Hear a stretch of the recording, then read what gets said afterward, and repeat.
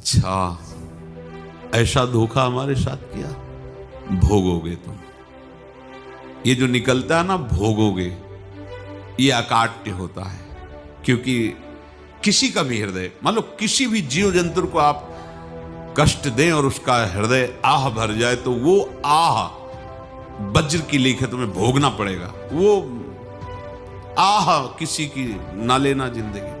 कोई ऐसा कोई आह भर करके कह दिया तुम समर्थ हो, हम तो कुछ कर नहीं सकते, वो अंदर से दुखी, फिर तुम्हारी सामर्थ्य काम नहीं करेगी, मिट्टी में मिला देगी। ऐसा नहीं कि आप जो कर रहे हैं कोई देख नहीं रहा, कोई हिसाब किताब नहीं, जो कर रहे हैं अवश्य में उपभोग। तब स्वयं नित्य निरंतर कर्मों के जाल को रच रहा है और अपने आप को बांध रहा है।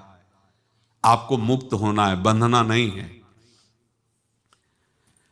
जीव का जन्म कर्मों के अनुबंध से होता है, कर्मों के बंधन से होता है, और उसको अपना ऋण चुकाना होता है। कर्मानुबंध ये बहुत सूक्ष्म विषय है। जैसे आप जिस परिवार में जन्म लिए हैं, तो उस परिवार के लोगों से आपका ऋण है, इसलिए उसी परिवार में आप आए हैं।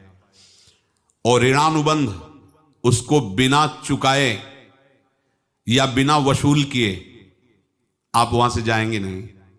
आपको लेना है तो वसूल करना है, और देना है तो चुकाना है। ये पूर्व के जन्मों से निश्चित किया गया है। जैसे किसी के यहां पुत्र हुआ, जन्म से ही पैसा खर्चा शुरू हुआ, जो बड़ा हुआ तो उद्दंडता के द्वारा मार पूरे परिवार को क्लेश पर क्लेश देता चला जा रहा है। ये तुम्हारे कर्म का फल है। या ऐसे शक्तिहीन बुद्धिहीन ऐसे पागल पूरे जीवन सेवा करो, तुमसे अपना हिसाब चुकाने के लिए वो आया है।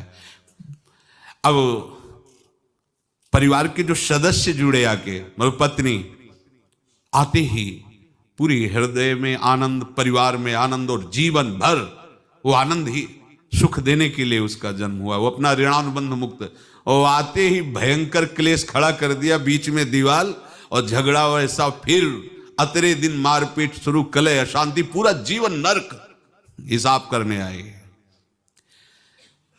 यहां ऋण चुकाए बिना कोई जा नहीं सकता, ऋण चुकाना पड़ेगा। किसी का ऋण वसूल करना है तो किसी को ऋण चुकाना है, दोनों काम करने होते हैं। अनेक जन्मों में अनेक लोगों के साथ हमने जो बर्ताव किए हैं, अच्छे या बुरे, वो होंगे। अब किसी आदमी को हम जानते नहीं, अचानक मिला,